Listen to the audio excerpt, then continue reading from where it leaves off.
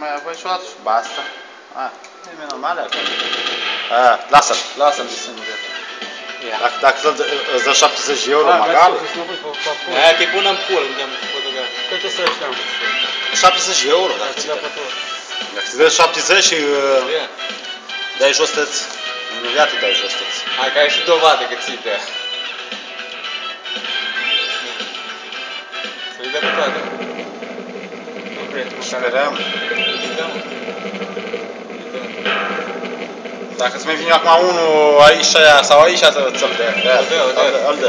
70 de euro. 70 de euro ți-l dă acolo. O să oprească până la Auto? Ți-l dat. Scoate. Lasă să-i scoate. Dar pe mine nu mă filmez, te-ai bă să la și pe mine nu mă filmez, ha? Internet ăsta.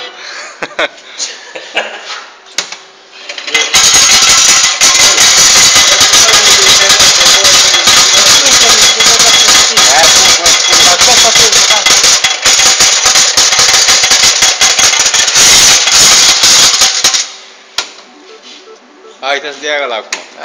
Acum, purtropul, urmat trebuie să iei, Eu zic că vă ajunge banii ăștia am scos, înțelegi?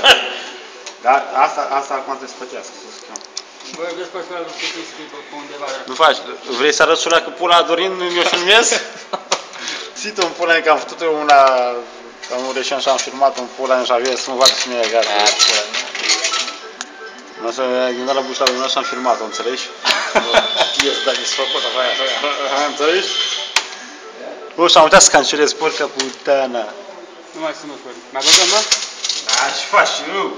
Bă, 2, 4, 5, ori eu dai în freză, ca lumea ori nu. 8, 9, 10. Și stai și cherța, Cristi. Bagă. Și tot dat. N-a dat nimic. Rulo. Ai băgat 52 euro. Și tu dat 70. Și ca ți-ai făcut? Ai făcut ceva? Dă-ți un pagament de cață.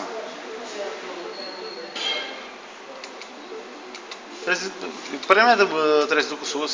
Părerea mea, bă. Acum e de alea fructele.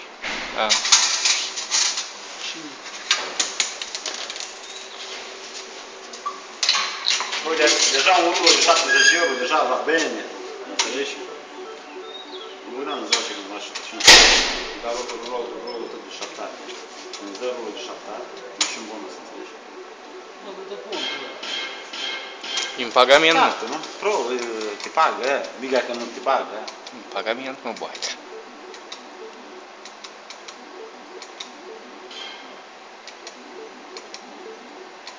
Și asta așa, când îi văd să-mi bat pula, îi văd ca pe drag.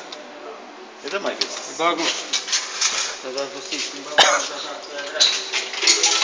Te-a drag. Cum vă șaptare ăștia, dacă nu mai e drag și să-mi bat pula?